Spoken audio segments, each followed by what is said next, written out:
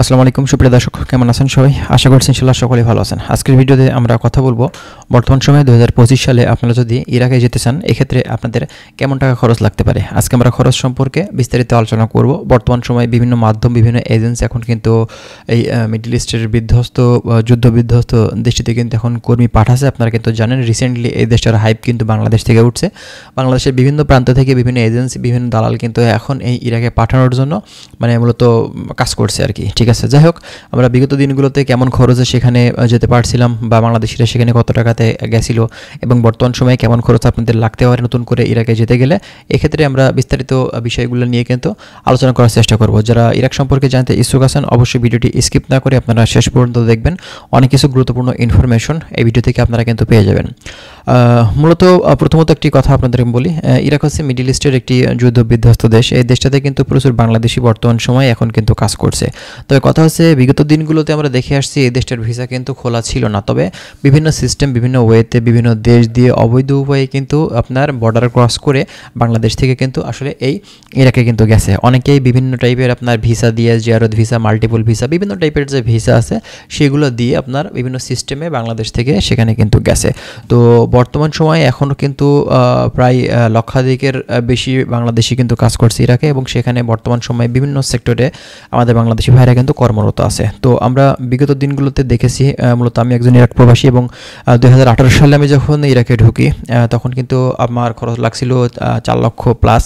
তো ওই সময়টাতে আমার বেশি লাগছিল, তবে ওই সময়টাতে খরচ কিন্তু 3 থেকে 3.5 লক্ষ টাকা কিন্তু চলছিল।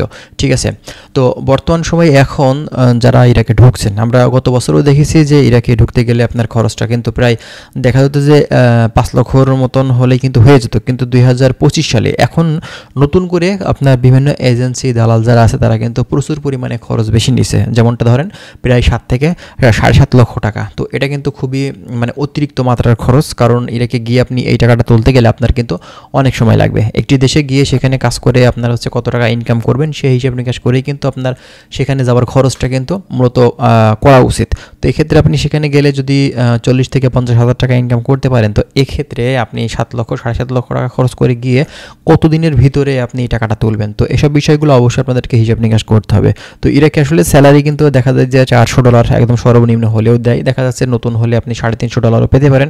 তো এক্ষেত্রে আপনি বর্তমান সময় বাংলাদেশের ডলারের রেট যদি হিসাব নিকাশ করে থাকেন, সেক্ষেত্রে কিন্তু দেখা যাবে যে আপনার 40 থেকে 50 হাজার টাকার ভিতরেই কিন্তু আপনার ইনকামটা আসবে আর কি। ঠিক আছে, তো যদি আপনি স্যালারিটা বেশি পেয়ে থাকেন সেক্ষেত্রে আপনার ইনকামটা দেখা যাচ্ছে একটু বেশি হবে। যদি $500 পেয়ে থাকেন তাহলে দেখা যাচ্ছে যে প্রায় আপনার 60,000 টাকা প্লাস কিন্তু হয়ে যাবে। ঠিক আছে, তো বর্তমান সময়ে এখন ভিসা হচ্ছে, আপনারা যদি ইরাকে ঢুকতে চান তো এক্ষেত্রে এখন কিন্তু ঢুকতে পারেন, যেহেতু আপনারা জানেন যে রিসেন্টলি বেশ কিছু ফ্লাইট বাংলাদেশ থেকে হয়েছে এবং ইরাক সরকার বর্তমান সময়ে বাংলাদেশ থেকে তারাও কিন্তু কর্মী নিতে ইচ্ছুক। সেটা কিন্তু আমরা বিভিন্ন ধরনের পত্রপত্রিকা, টিভি চ্যানেল, নিউজে কিন্তু আমরা দেখেছি। ঠিক আছে, তো যাই হোক, এই দেশে যারা যাচ্ছেন একটু বুঝে শুনে যাবেন, কারণ এই দেশটাতে মূলত পুলিশের ধরপাকড় খুবই বেশি এবং বর্তমানে খুবই পরিমাণে কিন্তু আছে, এবং বর্তমান সময়ে কিন্তু প্রচুর পরিমাণে ধরপাকড় চলছে অবৈধ প্রবাসীদের, সেটাও কিন্তু আমরা প্রতিনিয়ত দেখতে পাচ্ছি। তো যাই হোক, যে যেখান থেকে যাচ্ছেন একটু বুঝে শুনে সার্বিক দিক বিবেচনা করে তারপরে কিন্তু আপনারা ট্রাই করবেন এই দেশটিতে যাওয়ার। তো যাই হোক, ভালো থাকবেন, আশা করছি বিষয়গুলো বুঝতে পারছেন। যদি ইরাক সম্পর্কিত তথ্যগুলো প্রতিনিয়ত আপনারা পেতে চান অবশ্যই আমাদের চ্যানেলটি সাবস্ক্রাইব করে আমাদের সাথে থাকবেন। ভালো থাকবেন, আল্লাহ হাফেজ।